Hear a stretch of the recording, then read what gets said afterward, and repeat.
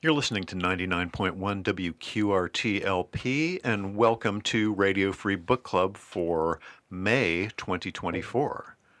I'm Ken Honeywell. I'm a writer and reader from Indianapolis, and this month we're talking about a novel that's gotten a lot of attention this spring. It's Tommy Orange's Wandering Stars, sort of a prequel and sequel to his debut novel There, There, which was a finalist for the Pulitzer Prize in 2019. And it's on, like I saw, who was it, The Atlantic's list of best novels of the century or something like that. So there you go. I saw what you did there. Sorry. Thank you very little. There was notable in large part for Orange's depiction of present-day urban Native American culture, specifically in the city of Oakland, California, where he grew up. Wandering Stars tells an extended family story that begins about 150 years before the events of There, There, with the survival of the Sand Creek Massacre by an Indian boy who adopts the name June Star, who is the great-great-great-grandfather of the three red feather boys we met in There, There, and whose lives we catch up with in the new book. That is, if we've read There, There, which is not necessarily prerequisite to reading Wandering Stars, but I imagine that's something we will have at least a little discussion about. And speaking of discussion, I am so pleased to have three amazing Radio Free Book Club members in the studio today for that purpose. I'm going to ask them to introduce themselves right now. Hello, Susan. Hello, Ken. This is Susan Neville, and I'm a writer and retired English professor, and there you go. Susan, you are my favorite Indianapolis writer. Well, that's a very nice thing of you. I mean, I I love reading Susan Neville. Thank you. You're welcome. Thank you. Hello, Kate. I love hearing you sing.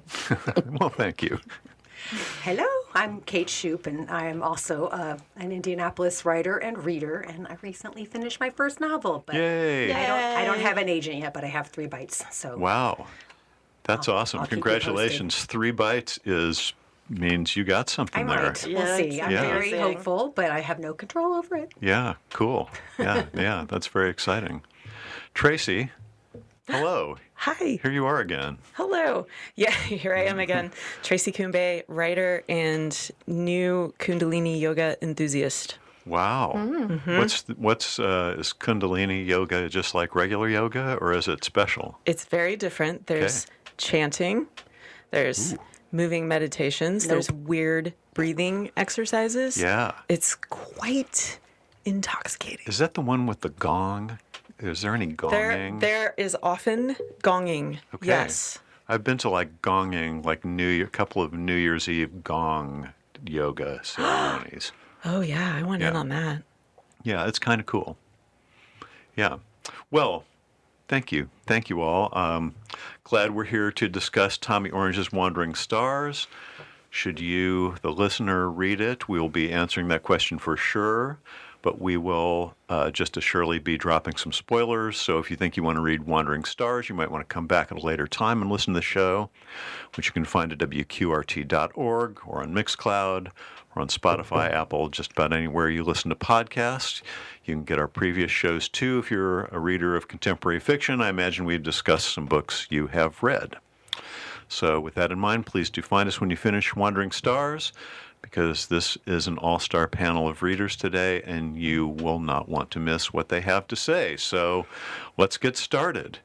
I know I did a little bit of intro, but Susan, what was Wandering Stars about? Oh, I was afraid you were going to ask me that. I think you should ask Kate that question. Well, Kate has a lot of notes, as is Kate's MO. I'm the nerd in the room for sure. Well, Kate, we love you for that Well, too. I have so. 7 pages of single-space type notes. Okay. So just give us like the 4-sentence version. Well, I should start by saying I did not read There, There, and it is totally news to me that this book is a follow-up of that book, so that's embarrassing.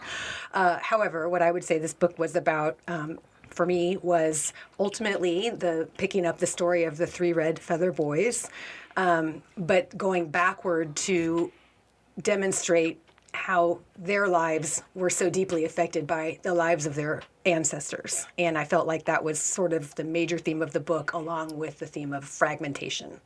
So it's not a very concise No, description, that's but great. that's what I would I think that's really good. And by the way, the author has said you did not have to read There to read Wandering Stars. We can talk about whether that was a mistake. Yeah, because I did feel lost a lot yeah. of the time when I was reading this book. Maybe it would have been helpful to have the backstory. There wasn't much backstory about Orville getting shot. Okay.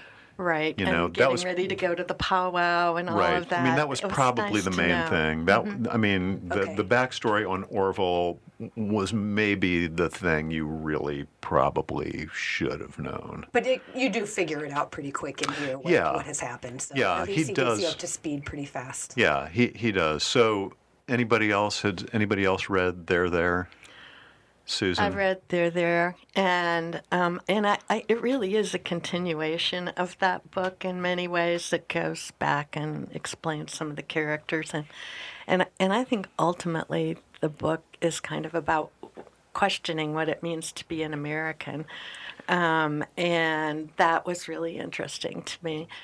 And you know what identity is, and so yeah. I thought the other thing that was helpful about reading There first is that you know how to pronounce the three boys' names, Right. Because they're spelled oddly, and so you Right. know it's Lonnie, I think, and Yes, Lonnie and Luther and Orville. and Orville, but Right. they're Mom spelled gave them oddly. weird spelling so they would stand out. Right. Yeah. And what's the time frame of There? Immediately prior to the beginning of the present day chapters in Wandering Stars. So they're children.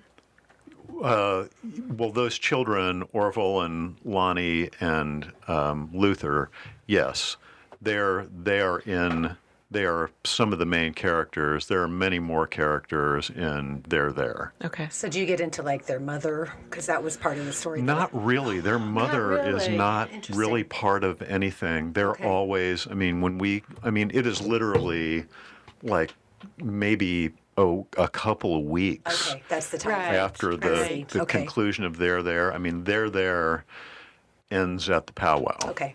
And it doesn't end well. Okay. And it ends with Jackie picking up Orville. Orville and Right, and who's getting been him shot. to the hospital. Right. And so, Okay. and then we see Orville with the bullet. Okay. So, Right. Okay.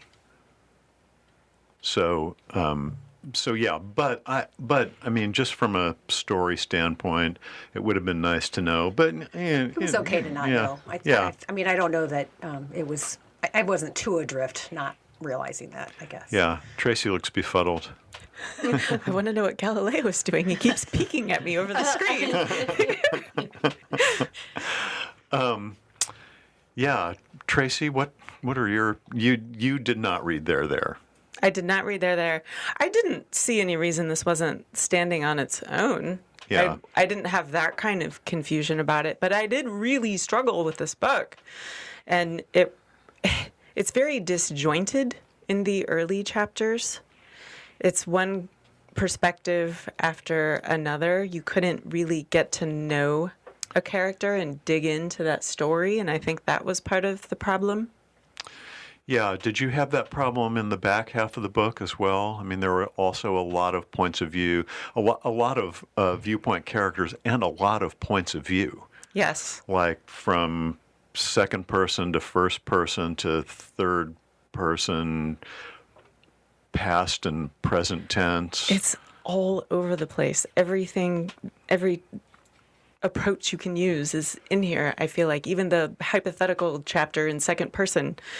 So it was, yeah, I did also struggle in the last part, but somehow it felt a little smoother to me. I mean, at least we're narrowing it down. We're kind of bouncing around between these Yeah. 4 characters. Well, geez, it was even more than that because the grandmas got chapters too. Yeah. It was a Right. lot. It was just a lot. Yeah, it was. Well, there was a lot also. Yeah, A and lot it of characters. jumped around in the same A lot. same way, so Yeah. that in very much the same way. So that I think having read that prepared me for knowing that that's what was going to happen. Like all of a sudden, the character Sean has a point of view chapter, and Right, you know right. that comes it's really important, but it kind of comes out of nowhere. Right, So- because he's not a member of the He's family. not a member of the family. Yeah.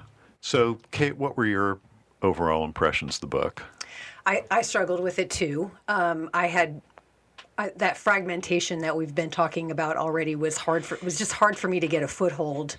And as soon as I started to get drawn into one person's story, I found that we moved on to someone else, and I found that a little bit frustrating. Yeah. But I also kind of wondered if that fragmentation was a little bit on purpose, just as a reflection of what has happened to indigenous cultures as a whole. That fragmentation it's like you feel, I don't know, maybe that was intended to make you feel some sense of what that fragmentation would feel like for a culture. But it was still hard for me to get a foothold into it sometimes. Yeah, yeah. Well, I have a confession, and that is I did not remember that those characters from There. I read There so long ago, and I didn't look back at it. And so I don't feel like I struggled with it, but I had a hard time I had a hard time caring. But then I went back and read There again, and obviously, to me, that helped me like this book better. I still didn't love it for some reasons that we can talk about, but it did help me appreciate it a little bit more. And in fact, to your point, there was a character in There who was like a young filmmaker who was filming just like stories of Indian people. And it was like, just sit down and tell a story. It doesn't matter what it is. Oh, okay. So it's almost like, the fragmentation of the book almost reflected something that character was doing. Right. So what did we think about the opening, the historical chapter? Did anybody know any of that history? Did it surprise you? Did you think, was it necessary? I think it was necessary, even though I had trouble getting through it because, as we discussed the fragmentation issues, I felt like it just needed to, I feel like that was such a major theme of the book, the way our ancestors inform our own lives. It's like we're not just made of our own stories, but of the stories of the people who come before us. And so there's a couple quotes in there that I thought suggested that, if you want me to read them. Oh, I do, but Okay. Just to take half a step back, I wanted to talk about the very opening, like the historical. Oh, sorry. No, because I want to talk about that too, but just that historical preamble, introduction. I knew about the schools. I had some sense of the schools. Actually, now I can't remember what was in the historical introduction, but Yeah, The Sand Creek Massacre, Oh, okay. the Carlisle School. the schools I remember. I do remember learning about the schools. I remember learning about the massacre, but I don't know as much about it as I should. For Yeah, most of that was new to me, and which I felt terrible about, obviously. Yeah. I thought that part was like really, it set me off on this, just search on Google. And I remembered the Carlisle School because I had this huge crush on Burt Lancaster when I was a kid. And so I watched all his movies. And Didn't we talk about the swimmer one time? I think we did. Yeah. So we I don't did know why because you bring him up all the time.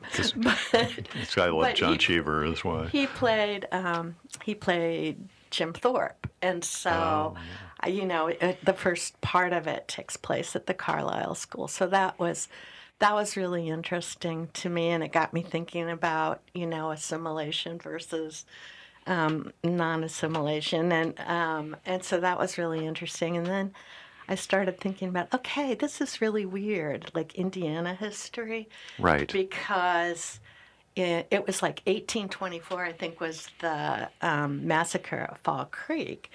And, we know about that, where the first white men were hung for killing Native Americans. And Right. then it's like, so why is there such a gap, between that knowledge, which basically said that Native Americans are men, are men and women are Right.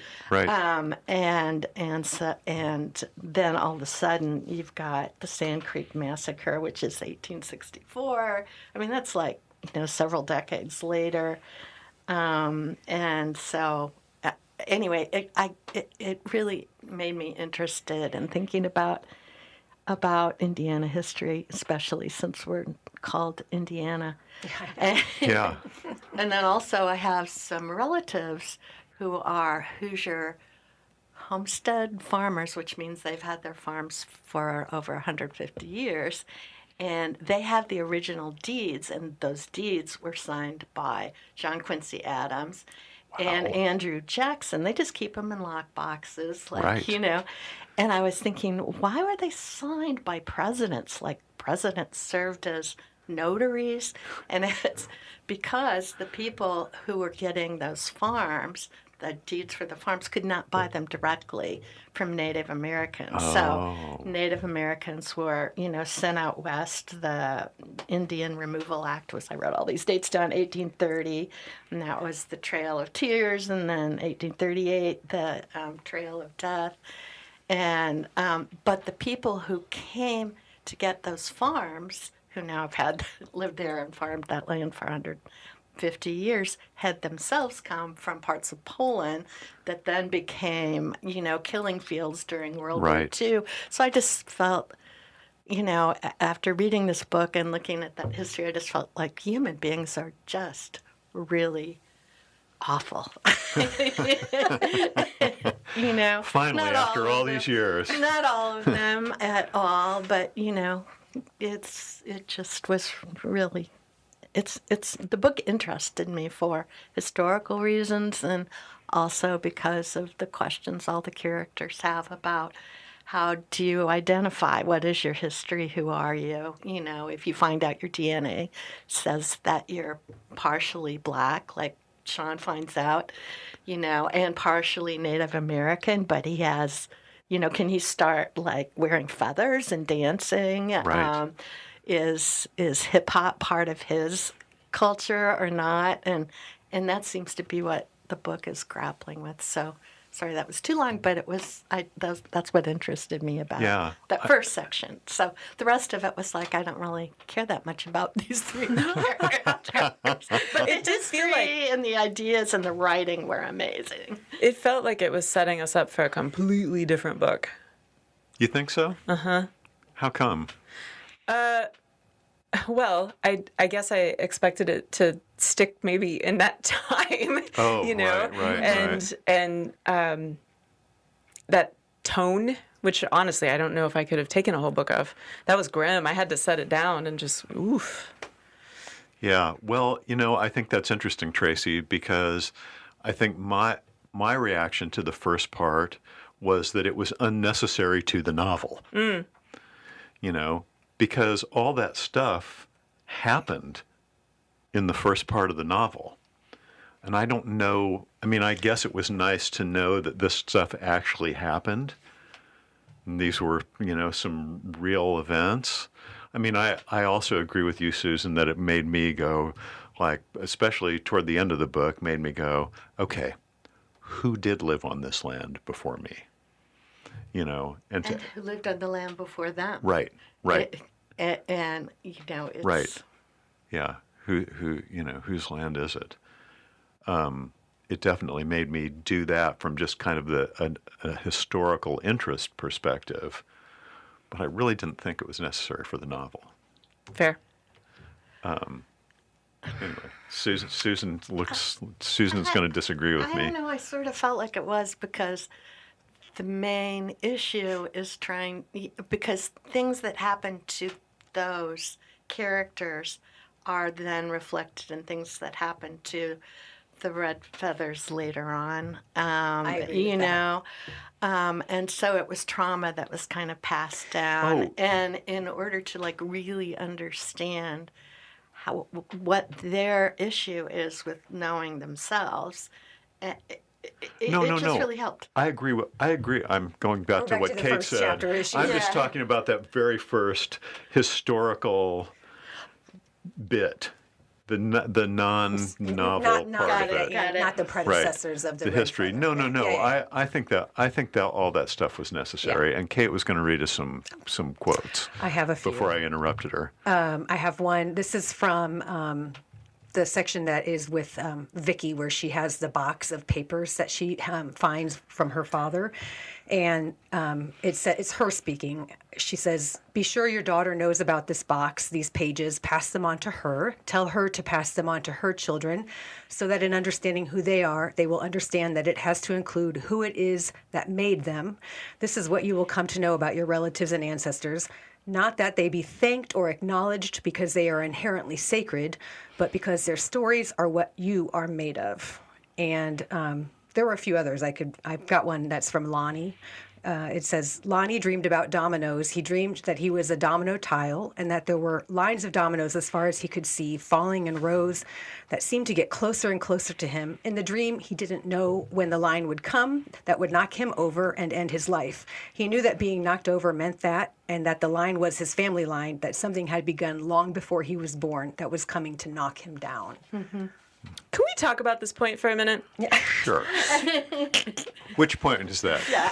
That you are made up of the stories of your ancestors. I mean, I hope not. As do I. I feel like there are no individuals. We cannot look at ourselves in this capitalistic viewpoint of individuals and distinct beings, but I'm much more compelled by the idea that we're all connected like trees by fungus. Right now, you and me and everybody out there. I like that.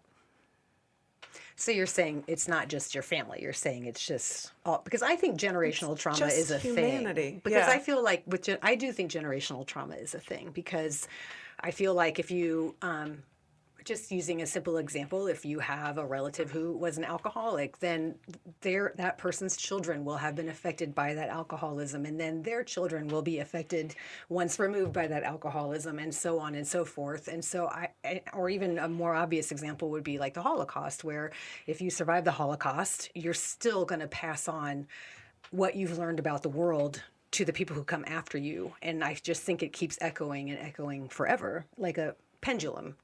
I don't know. I feel like that is a thing. If you know about it, That's, if you know but that's those the interesting stories, thing, does because that a make lot of these people difference? don't. I feel like part of the issue, because one of the questions that Ken had asked was, loss of cultural identity, and how is it different for Native Americans than for white people? And I think the difference is it's stolen from them, whereas for us, we chose to let it go. I think that might have something to do with how you feel about the loss of identity or loss of connection with your ancestors. And I feel the same way with the descendants of slaves. It's like they did not choose to have they had their identity stolen. So I guess I feel like there's a distinction. Definitely. What was that line? Kill the Indian. Kill the Indian, save the man. Save the man, yeah. Right. Well, let's talk about him for a minute. Traci, did you know that Richard Henry Pratt was from Logansport? Oh my gosh, my hometown. Yes. We're so proud. The family moved to Logansport when he was a kid. They didn't teach us that. And after the Indiana Civil history. War, he came back to Logansport to run a hardware store for a couple of years. Did you know also that he is credited for the first use of the word racism? Mm-hmm. Interesting. Right. To describe the way Indians were being treated. I did not know that. Yeah, I mean, he is a very interesting character because he was, almost an abolitionist in how he wanted to treat Native Americans. That's another thread that kind of goes through Indiana history too, is the Right. abolitionists in Indianapolis, like Ovid Butler, and maybe that has something to do with the massacre at Fall Creek as well. There was that abolitionist side of Yeah. people. Yeah. I mean, he was an assimilationist. Those seemed to be the choices, right? Assimilation or segregation. I mean, those have seemed to be the choices all the way along. I think by assimilation, we've always meant be like a white person. But, I guess what I want to know, was Pratt a sympathetic character at all? I thought so. I do think that just acknowledging the reality of that time, which is that it was absolutely ingrained in people that manifest destiny was a thing, and it was not even questioned, I believe, for most people. There's a passage where he says there was no better plan, and I think that's probably true. He says there was no better way for it to have gone. Pratt's attempted deliverance of the Indians from themselves to themselves. No better plan for America, no better plan for the Indians, no better plan. There was no better plan than that, he said to no one, and faced the wall and died. Right. But I do think you have to, it's so tricky because we always look at everything through our own filter of our own time. But at that time, I think no one ever questioned our right to take that land, or very few people did. Sure. And so I do think at least he was trying. I think he saw he even says he saw the worthiness of Indians. And I think that is sympathetic, because I think so many people by that time had dehumanized those populations to such a degree that they weren't people and they weren't worthy. So the schools, I can see, were maybe, well, for sure, not great for the people who were in them, but I can also understand what he was trying to do. I think that I agree. I think that Pratt is actually a tragic figure. I agree. Because he's kind of blinded, and it's not until he sees Teddy Roosevelt take his students in the parade and use show. them for show Yes. that he suddenly realizes that his ego was involved. Yes. So it's hubris. And the other thing is, given his time, he does feel like it was the only thing to do, which gets to the question of what an American is. Yes. Because that was also post-Civil War, and, people weren't as much into manifest destiny as greed. There's a gold rush, all these places where we, made reservations and reservations. Yes, is that right? Yeah. Right. Created, yeah. Yeah. Not like for a restaurant. Not like for a restaurant, but anyway, yeah, I think that's really interesting. He was tragic, and he wants to go tell, and you could, I guess, argue that all schools are kind of that way. I mean, how many kids?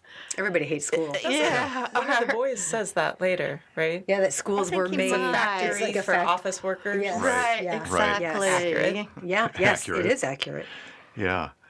Kind of on that note, were any of you aware of, basically urban communities of Native Americans? I mean, I think that was the big thing that made there notable. Right. Not that it wasn't an interesting, well-written book, but it was just like a culture we hadn't been familiar with.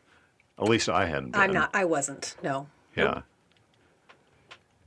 Yeah. Did you feel like you had any insight into that culture? I thought what was interesting about that was the confusion that one, I can't remember which boy it was, but articulated how it had never occurred to them that they were on Anoa. Is that how you pronounce the tribe that had been on the land that became Oakland? Right, right. That idea Yeah. that they themselves had Yeah. effectively superseded a population. Yeah, that was Orville toward the end of the yes, book. and I thought that was a really interesting thing to think about. Yeah.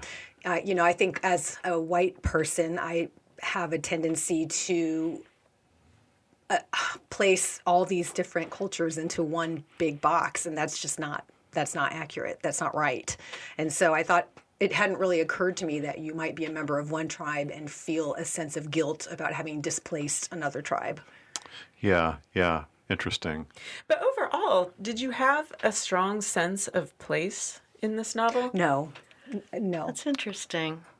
Like it was Oakland rather Yeah, than... Like it could have been something else. Yeah, again, I think there was a more explicitly mostly Oakland novel. I think there was less of a sense of place in this one. Yeah, I felt like it could have been anywhere. I didn't feel like Oakland Me was a too. character. Right. Yeah, And the feeling different had more to do with skin color than it did with culture, I think, because they talk about not having learned the culture, not knowing any of the stories, not knowing what it means to be Indian. Yeah, there's one where one of the kids is like an Indian from then would not even recognize Right, us as right. Indians, which I thought was an interesting. That's a big loss of identity. It's like you is. lose all your identities. It'll be really hard. Which happens, I think, in cities in a way. Yeah. I mean, Yeah, you there were become- German sections, Jewish sections. I'm thinking just of Cities in general, Indianapolis, yes, cities in right. general, Yeah, yeah. Polish sections up in, where your family's from in the region, and it's interesting. So it is like becomes the melting pot, and so in a melting pot, if we're all Americans, those The distinctions. where Meld. what do we do with those distinctions, and Yeah. how important are they? And what have we lost, and what do we gain? It's just a really interesting question. yeah. It was interesting to watch those three kids, each of them struggle with their cultural identity. They wanted to fit in with the white kids. Orville, I mean, the thing from there was Orville was really trying to get in touch with his Indian roots. That's why he went to the powwow. That's why he was dancing at the powwow. But Opal was just kind of beaten down. Jackie was an addict. And the kids were all trying to figure out how they fit in. Luther wanted to fit in with the white kids. Lonnie just didn't know where he fit in. Allegedly, but I think we're going to need to talk about that last chapter, too. Yeah. Yeah, I felt like they responded differently. Like it seemed like Orville wanted to anesthetize himself, whereas Luther just wanted to live a normal life. Like there's a part where he says, like, just go get a job or go to school and find shows and movies you like and meals you like to eat and make friends and fall in love or whatever. Just chill out and quit being so fucking dramatic, which I thought was an interesting way of trying to cope with all that. But then I Yeah. felt like Lonnie feels responsible for fixing it. Like he cuts himself because he feels like somehow that'll fix it. I love the detail about him making phone calls to strangers to tell them nice things. I know. I thought that was love that beautiful. I love character, that. actually. I thought he was delightful. But I felt like they each responded differently to that sense of alienation. Did it bother anybody that the kids just seemed brilliant? I mean, I think I had a little bit of trouble. Well, I had a little bit of trouble with the voice overall. I didn't feel like there was enough differentiation Yes. among the It's hard character to, voices. it's hard to tell just when you're reading who you're reading. Right. Yeah, I had an issue with that, and I felt like everyone was. I had a very strong sense of heaviness in every chapter. Interesting. It didn't feel like there was any comic relief at all. Yeah, very little. I think you're onto something where I just couldn't, like when I was going through my notes afterward, I did it on my Kindle, I highlight stuff, and I couldn't tell from a highlight which person had said that thing or which section it was in because they were all so similar in tone, presentation. I just had a hard time remembering who was who sometimes. They're also incredibly philosophical, too. I Right. kept underlining things, Right. thinking, this is so brilliant. This is life. Right. You know? Right. Insightful. And But it was that it's so 9-year-old who was insightful, saying but that. it's Right, exactly. it's a 9-year-old, and it's not Carson McCullers. Right. Yeah, that's interesting. I think the New York Times Book Review said in the latter part of the book is where you settle in because it's just very literary, and so the voice of all these characters become very, what's the meaning of life? What does it mean to be this or that? What's an identity? How to, so it's like the book is a struggle inside the author to try to understand those things kind of for himself. But in a way, it's like, do you accept that as working, or do you say, no, that's just, shouldn't have done it that way? I don't know. I had a hard time with it. I don't want to say you shouldn't have done it that way. Yeah, I know. That doesn't feel like the right thing for me to say. I feel like especially now, that I kind of accept that there are books that are just not meant for me. Like they're being written for someone else, and they should be written for that. The people that book is written for should have that book. But I definitely sometimes feel like there are just books that are not meant for me, and that's okay. It doesn't make it a bad book or that they should have done something differently. It just means it's not for me. I feel that way too, except that I guess it's from teaching. It still feels like there's a mistake. For such a long time that I think, okay, if this were a student, this were a student, I'd say, oh my God, you're brilliant. But I understand what you're saying. But like, there's at the same time, way. But is that true? Well, I don't think there's a correct way, but it's like, does it work if it's alienating so many people, because you're the correct reader for lots of books, as is Traci, as is Ken. So I think that shows some sort of about a person issue. who has a background that's more similar to this author's, if they would have an insight and a foothold into it that I just don't have. That's what I'm curious about. Yeah, that's interesting. So I think it was last month on this show we talked about Martyr. And I know Susan's read it. I know Traci's read it. Kate has not read it. No.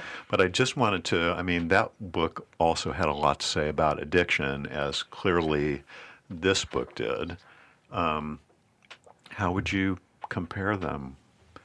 I also mentioned Demon Copperhead. I did read that. I think we probably all read Demon Copperhead I love that too. book, yes. Which also was a lot about addiction in a very different context. But do you think both of those books gave me a much stronger sense of what it was like to fight addiction. This seemed almost like it just was an aside. And we didn't really delve into it much. It was there, obviously. But I didn't get, in Demon Copperhead, you get a lot about what that life is like. Mm-hmm. Mm-hmm. And in Martyr, he's already on the other side of it for most of the book, isn't he? Yes. If not all. Yeah. So he's recalling the struggle. Yeah. So it put me in much closer contact with what happens when you're addicted. Whereas this, for me, addiction was kind of like Oakland, Like sometimes you would be reminded it was there, but it didn't feel like an immediate consuming, emotional, like deep issue. It did feel it was at a bit of a remove, and it made me wonder because I observed that it felt like an echo from the past, where you have the use of peyote for religious rites that is described, and you have Charles Starr with the laudanum, and then you have Orville and Sean with the opioids. It was almost that. It's just that echoing again of these same experiences through time over and over again for different uses. But like I said, I didn't read Martyr, but I did read Demon Copperhead, and I agree with Traci that it just had a sense of immediacy about it, maybe that this didn't have for me. I felt very strongly about Orville's addiction, and when he goes to rehab, I like that chapter a lot. I do too. But I agree. And something that's kind of interesting is that Tommy Orange and Kava Akbar wrote these books together. like every Friday they would exchange pages. Oh, that's neat. I didn't know that. Isn't that interesting? Yeah. So they're friends, and I felt the struggle of addiction more in Martyr, I think. Yeah. It felt added on or something But here. it was also, I mean, it always felt present in the book, Right. but not directly. You know, there was actually a lot more addiction portrayed in Wandering Stars. There's a lot of sitting around. Yeah. You know what I mean? that sort of checking out that happens. I feel like. Yeah. In Martyr, it feels like that's Kava's human ultimate concern. Right. You know, is addiction and what it means and how to live sober. And in this book, it didn't feel like it was Tommy Orange's ultimate concern. Incidental. Yeah. Yeah, I think that's a very good way to put maybe it. like a person. I don't know. Yeah. Incidental, maybe. Incidental. Yeah. He could have also not had Or it. making a point, Yeah. you know, about the fact The that echoing the of- echoing of addiction. Yes. Well, let's talk about the ending, and by the ending I mean let's talk about before the Lonnie ending. What do we think about how the characters ended up? Is it a happy ending? I thought so. For me, Yeah. it was. I mean, I loved when he, like you said, Susan, when he goes to rehab and he gets cleaned up. And I feel like it almost felt like at the end, this book seemed about survival in a way. There was a passage, this is actually from the beginning of the book, but I felt like it came back around for me at the end where Jude Starr is talking about enduring, or like he's specifically talking about second wins. And he says, if you could last through what seemed hardest, you got more, and that there lived somewhere in the body the ability to keep going, even though it felt like you no longer could. Some reserve of strength and power to endure that took its share, but not all of you, that you could save some part of you hidden away in a true place, even from yourself, for when you needed it most, to believe in that. And then to believe in that felt powerful enough to make it true. And it seemed to me like, at the end, it's about survival because Opal survives her cancer and Orville survives his addiction and Lonnie, well, I know we're not talking about that yet, but he reappears. And then even Luther has a baby. And I feel like in a way, the survival of those specific people, but also the survival of all Indigenous people, I feel like was of importance in this book because there's another quote, and I would have to look through all these pages to find it. But it's about how when they finally were granted citizenship, how it just felt like this great victory because finally the nation had to acknowledge, like, okay.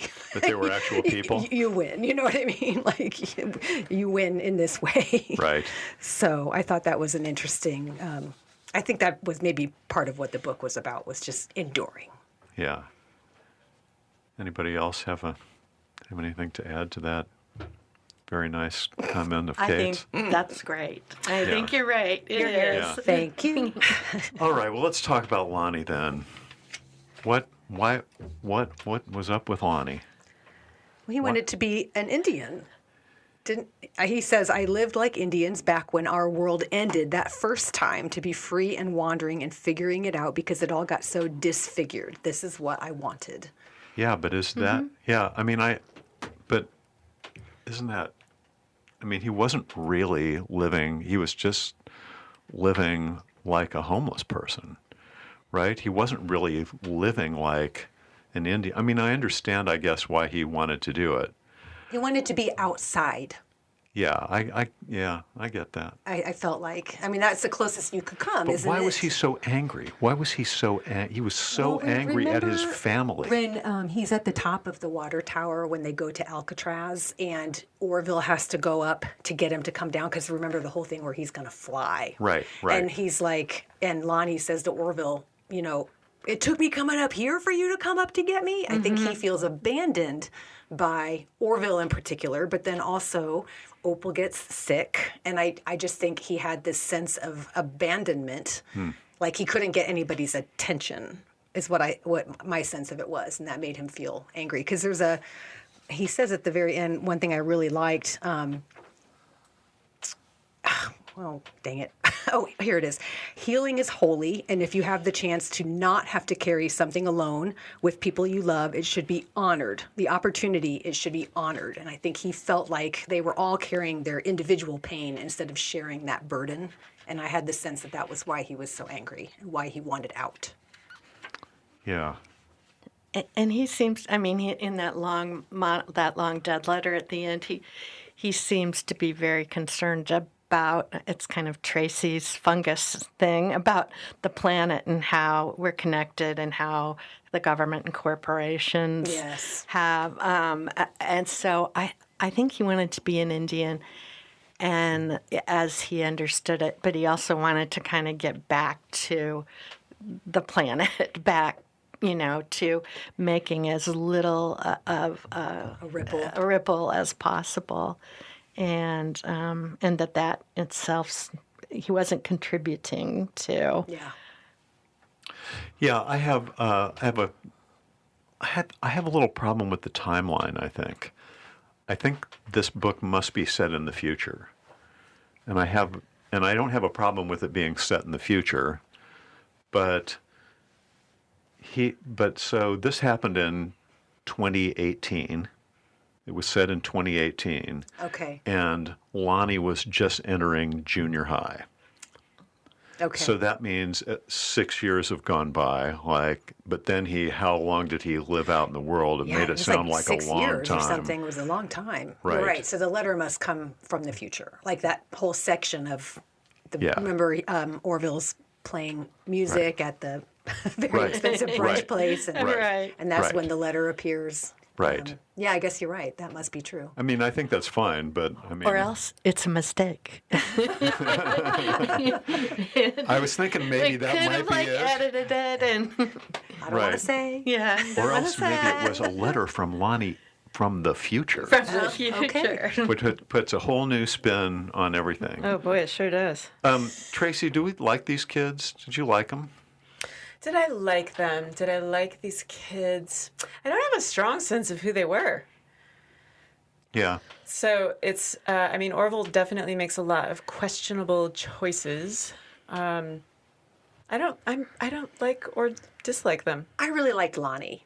I found him delightful, like the whole part where he's making up the super Indian character. love that. That was pretty It's cool. so That great was where so he's great. like, can fly because feathers, has thunder rain control because rain dancing, perfect aim because that's eagle right. eye, shapeshifts into any animal, uses hair as strongest ropes, invincible to drugs and alcohol, also unpoisonable, can dance fight, can summon dogs because of Cheyenne dog soldiers, attacks or use for company, invisibility because no one knows we're still here, super blood, released by cutting self. I found him to be a really charming character. Yeah. And I liked Orville a lot when he got sober. I liked that whole section, like when he's running. I didn't get a strong sense of Luther, though, one way or the other. Yeah, he was Didn't less. Yeah. So, would we recommend it, Susan? I would recommend it. I think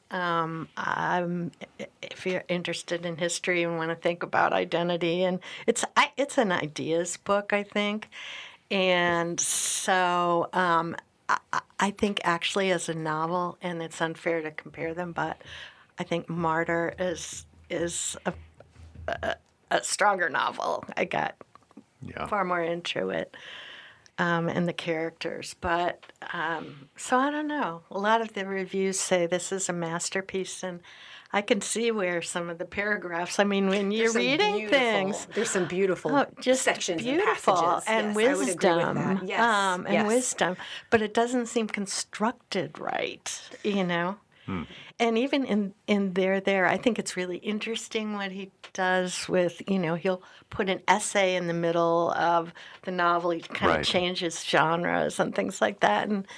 And I think he's going to be probably a really interesting novelist to watch. But So, yes? oh, so yeah. No, I think you said yes. I said yes, though I didn't love it, to be honest. So Yeah. Kate? I feel so bad saying it, but I would say no. But I guess maybe it would depend on the person that I was gonna recommend it or not recommend it to. But for me, I had a hard time. I guess I like more cohesive stories where I can follow along a little bit better. And it could just be, I mean, I am blonde, so okay. But I think for me, it was not a book for me, but I'm glad that the book is here because I think maybe I agree with Susan that I thought it had some really beautiful, beautiful passages that were really insightful, that really struck me. And I was glad to have encountered those. Yeah. Yeah. Traci? I would not. I love how Traci's so mercenary. I know, Traci's great. Thank you, Traci. Thank you, Traci. I think Traci speaks for Yeah, I guess I would say I would agree with Susan that I didn't love it. I think if you're going to read a Tommy Orange book, read There. And if you read There, you might be so engaged by the end of the book that you go, wow, I want to know what happens to those characters. Then you might want to read it. There. Just Right. start halfway through, I guess. Right. Start, as Traci suggests, just start halfway through. Oh, yeah, you'll be- read there, and then start halfway through. Yeah, there you Wandering go. Stars. Yeah, right. All right. Well, let's talk about recommendations, and let's go the opposite direction. Especially because Susan is maybe going to have to come up with one. Traci, do you have anything that we should be reading? I know you've already covered it on the podcast, but I read Prophet Song by Paul Lynch, and I just am not over it yet. I No, finished it it weeks ago, destroyed me. and it was just extraordinary. So I do wholeheartedly recommend and have recommended to everyone I've come in contact with Prophet Song. You know, I actually was maybe going to recommend that, and I thought maybe you were going to recommend that, so I didn't. You have heard so me gush, I came yes. up with something else. Yeah, boy, I agree. It was gutting. Yes. I think I told you my kid would ask me what was wrong because I was like whimpering while I read it. Oh, Yeah. Oh my gosh, Kate. I forgot all about the recommendation part of this podcast. Oh my I'm so gosh. sorry. Also, That's okay. I'm embarrassed to admit that almost everything I've read for the last 6 months has been a genre romance because that's what what's the best That's what I'm one? writing. Yeah. So I don't feel good about recommending any of them. Okay, well, we'll wait and we'll Maybe look next forward time. to your book being. Hopefully. Right. Fingers crossed. Right. No, you should definitely come back before your book is published, even if you get a deal tomorrow. Okay. All right. Susan? The Bee Sting by Paul Murray. It was was on my list. also a Booker Prize finalist. Yeah. So, yeah. Oh, and I also read, speaking of Booker Prize finalists, Booth by Karen Joy Fowler. And Oh, how is it? I actually liked it a Did you? lot. Yeah, I did. She's a really interesting author. She's really interesting, Yeah. and it got panned in the New York Times, Oh, like did it? horribly panned. Wow. And I thought, this is not the same book I read. And anyway, it was a finalist for the Booker as well. Yeah, great recommendations. So I read a fair bit, but I listen to books as well. In fact, I listened to a good part of Wandering Stars the second time through. It was a lot of different voices playing the characters, and it was good. But I don't typically listen to fiction. I usually listen to nonfiction. But I did listen to something earlier this year I'm going to recommend, and that is Seamus Heaney reading his own translation of Beowulf. Oh, wow. Oh my gosh. That was published in 1999. It was mostly a really well-received translation, and I'm in no position to judge that. But I can say that the story read in Heaney's Irish lilt is a pretty beautiful thing to listen to. And it's less than Thank you for like that. 5 hours long, so you can do it in like a week's worth of dog walks or runs or whatever you do. And it's Beowulf, right? You're not going to read it in Old English. So how about have Seamus Heaney read it to you? Beautiful. All right. That's it for us. You can find this and notes to all our shows at the Radio Free Book Club blog on medium.com. Please think about following us. Drop us a note on Facebook. Stream the show wherever you listen to podcasts. We're always interested to know what you think about the book and the show. For Susan Neville, Kate Shoup, Traci Cumbay, and all the members of Radio Free Book Club, I'm Ken Honeywell. Thanks for listening.